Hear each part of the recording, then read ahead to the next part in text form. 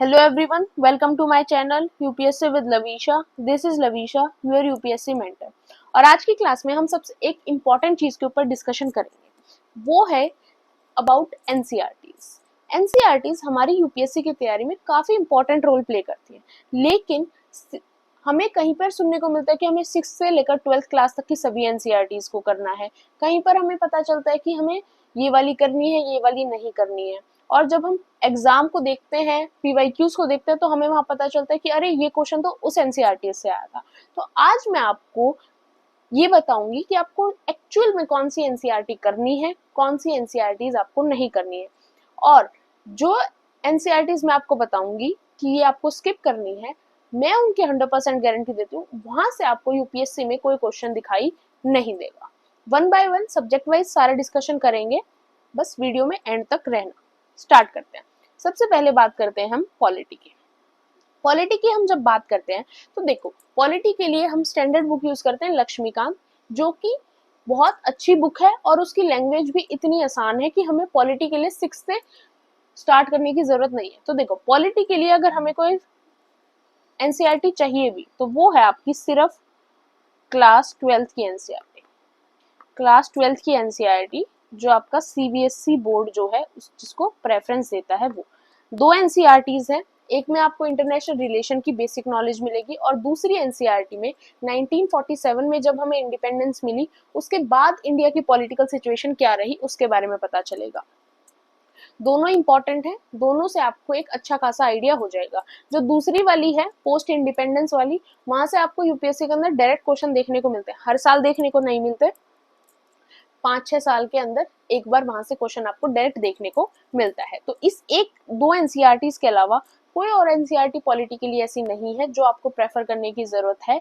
बाकी जो भी आपका प्रीलिम्स और मेंस है वो आपकी जो रेफरेंस बुक्स होती हैं लाइक लक्ष्मीकांत है, आपके नोट्स है, वहां से हो जाएगा। और कोई एनसीईआरटी आपको पॉलिटी के लिए यूज करने की जरूरत नहीं है। आगे बढ़ते हैं। अब बात करते हैं हिस्ट्री। हिस्ट्री के अंदर एनसीईआरटीज का काफी अच्छा रोल है। सबसे पहले है 6th टू 8th क्लास की एनसीईआरटी।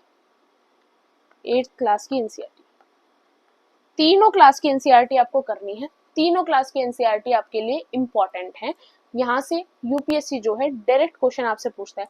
आपको 6th क्लास की एनसीईआरटी से भी डायरेक्ट क्वेश्चन यूपीएससी में के पीवाईक्यूज में देखने को मिलेगा, 8th से भी मिलेगा, 7th से भी मिलेगा। तो 6 to 8 तीन बुक्स हैं आपकी, तीनों बुक आपको बिल्कुल अच्छी तरीके से कवर करनी है। फिर आते हैं 9th और 10th क्लास की एनसीईआरटी के ऊपर।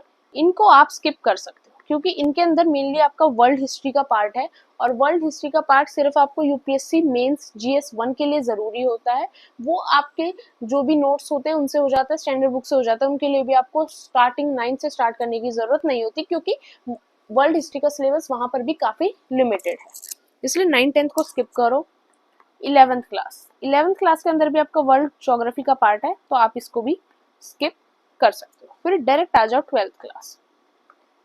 12th क्लास के अंदर आपको 3 बुक्स मिलेंगी, पार्ट 1, पार्ट 2 और पार्ट 3, जो आपको सीबीएसई बोर्ड में यूज की जाती है। एक एंशिएंट हिस्ट्री का पार्ट है, सेकंड में मेडिवल है, थर्ड के अंदर मॉडर्न है। ये तीनों आपको करनी है, ये तीनों आप स्किप नहीं कर सकते, ये तीनों आपको यहाँ पर करनी है।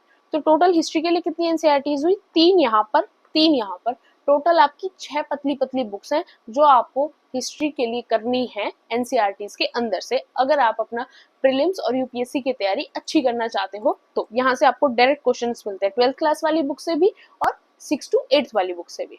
अब बढ़ते हैं ज्योग्राफी की तरफ। ज्योग्राफी एक अकेला ऐसा सब्जेक्ट है जिसके लिए आपको 6 से लेकर 12th क्लास तक की सभी एनसीईआरटीज को कवर करना है और ऐसा सिर्फ एक लौता ज्योग्राफी सब्जेक्ट है। कुछ टॉपिक जो है वो आपको 6th में भी मिलेंगे, 9th क्लास की एनसीईआरटी में भी मिलेंगे, 11th क्लास की एनसीईआरटी में भी मिलेंगे। लेकिन ज्योग्राफी में क्या होता है ना, फैक्ट्स होते हैं, फैक्ट्स बहुत ज्यादा होते हैं जो आपको एनसीईआरटीज में कॉर्नर्स में लिखे हुए मिलते हैं। वो आपको हर क्लास की एनसीईआरटी बुक में एक ना एक ऐसा फैक्ट ऐसा जरूर मिलता है जो कहीं और रिपीट नहीं होता। इसलिए ज्योग्राफी के लिए हमें 6 to 12th की सभी क्लास की एनसीईआरटीज को करना है। और ज्योग्राफी ही एक ऐसा सब्जेक्ट है जिसके लिए आप रेफरेंस बुक मत करो, खाली अगर आप एनसीईआरटी भी कर लेते हो तो भी आपकी यूपीएससी की तैयारी जो है वो बहुत अच्छी हो जाती है। बस आपको एनसीईआरटी जो है वो काफी अच्छी तरीके से उनको स्टडी करना है। आगे बढ़ते हैं इकोनॉमिक्स। देखो इकोनॉमिक्स के लिए आप डायरेक्ट रेफरेंस बुक्स यूज कर सकते हो, चाहे वो संजीव वर्मा हो गया, चाहे वो रमेश सिंह हो गया, लेकिन फिर भी अगर आपको एनसीईआरटी से स्टार्टिंग करनी है तो आपकी सिर्फ क्लास 11 और क्लास 12 इन दोनों क्लासेस के एनसीईआरटी को प्रेफर करो। उसके अंदर भी सिर्फ आपका जो मैक्रो इकोनॉमिक्स का पार्ट है वो सिर्फ उसको थोड़ा सा वहां से प्रेफर कर लो, और उसके बाद आपको रेफरेंस बुक के साइड मूव करना पड़ेगा। आपकी चॉइस है, आप चाहो डायरेक्ट रेफरेंस बुक को प्रेफर करो, ऐसा कुछ नहीं है कि जो रेफरेंस बुक में नहीं होगा और वो आपको इकोनॉमिक्स की जो एनसीईआरटी उसके अंदर मिल जाएगा। इसलिए इकोनॉमिक्स के अंदर आपकी चॉइस के ऊपर डिपेंड करता है कि आप एनसीईआरटी से स्टार्टिंग करना चाहते हो या डायरेक्ट आप रेफरेंस बुक से स्टार्टिंग करना चाहते हो। आगे बढ़ते हैं साइंस। देखो साइंस और टेक से जो क्वेश्चन आते हैं वो क्वेश्चन ऐसे नहीं आते जिनके लिए आपको साइंस की सभी एनसीईआरटीज करनी पड़े। मेनली क्या होता है साइंस के क्वेश्चंस में कि आपके करंट अफेयर्स बहुत अच्छे होने चाहिए साइंस एंड टेक के, और आपको थोड़ा सा बेसिक्स जो है वो पता होना चाहिए। साइंस से आपको सिर्फ एक एनसीईआरटी करनी है, वो है आपकी क्लास 12 की बायोलॉजी की एनसीईआरटी। क्लास 12 की बायोलॉजी की एनसीईआरटी, उसके भी लास्ट के 4 चैप्टर्स जो इन्वायरमेंट से रिलेटेड हैं, सिर्फ आपको वो कवर करने हैं। उसके अलावा जो आपका साइंस और टेक का पोर्शन होता है वो करंट अफेयर्स में से, और करंट अफेयर्स में जो चल रहा है उसी का जो स्टैटिक पोर्शन है वो वहीं से सारी चीजें कवर हो जाती हैं, और कोई एनसीईआरटी आपको साइंस के लिए प्रेफर करने की जरूरत नहीं है। सिर्फ ये लास्ट 4 चैप्टर करने, ये भी इन्वायरमेंट के लिए जरूरी है। इसलिए ये था आज की वीडियो में, होप आपको यहाँ पर पसंद आया होगा। कुछ वीडियोस में एक चीज और मैं यहाँ पर ऐड ऑन कर देती हूँ, कुछ टीचर्स आपको प्रेफर करते हैं आर्ट एंड कल्चर की एनसीईआरटी। देखो मैंने 2 बार स्टडी करके देखी है, मेरे को ऐसा कभी नहीं लगा उस बुक में से कि अगर हम इस बुक को नहीं करेंगे तो हम आर्ट एंड कल्चर में कहीं पीछे रह जाएंगे। इसलिए मेरी चॉइस है कि आप नहीं भी करोगे तो चलेगा। उस बुक को रीड कर कर ऐसा नहीं है कि वहां से आपको क्वेश्चन नहीं मिलेगा, पर जो क्वेश्चन आपको उस बुक से आपका क्लियर हो रहा है वो ऑलरेडी आपका एंशियंट हिस्ट्री से भी क्लियर हो रहा है, वो आपका अदर बुक से भी क्लियर हो रहा है, वो चीज आपकी करंट अफेयर्स के अंदर भी आप जब स्टैटिक से रिलेट करोगे जब भी कवर हो रहा है। इसलिए आर्ट एंड कल्चर की एनसीईआरटी मैं प्रेफर आपको नहीं करूंगी। यही कुछ एनसीईआरटीज थी जो आपको करनी चाहिए। इसके अलावा अकॉर्डिंग टू मी आपको कोई एनसीईआरटीज नहीं करनी चाहिए, और मैं 100% श्योर हूँ इसके अलावा अगर सपोज आपने 9th के साइंस की एनसीईआरटी नहीं की, आपने इकोनॉमिक्स की 9th-10th की एनसीईआरटी नहीं की, या फिर आपने हिस्ट्री की 9th-10th की नहीं की, आई गारंटी यू आपको कोई भी रिग्रेट उस चीज का नहीं होगा।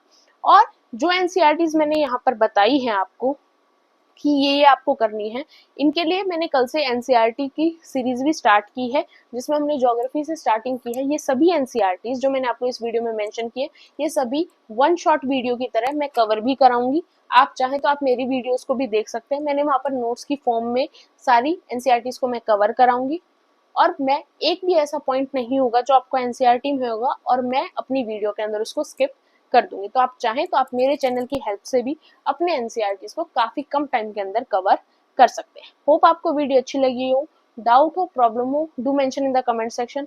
आप चाहें टेलीग्राम चैनल के ऊपर मुझसे कांटेक्ट कर सकते हैं, आप चाहें इंस्टाग्राम के ऊपर मुझसे कांटेक्ट कर सकते हैं, दोनों के लिंक आपको डिस्क्रिप्शन बॉक्स के अंदर मिल जाएंगे। And don't forget to subscribe my channel, like and share my video. Thank you.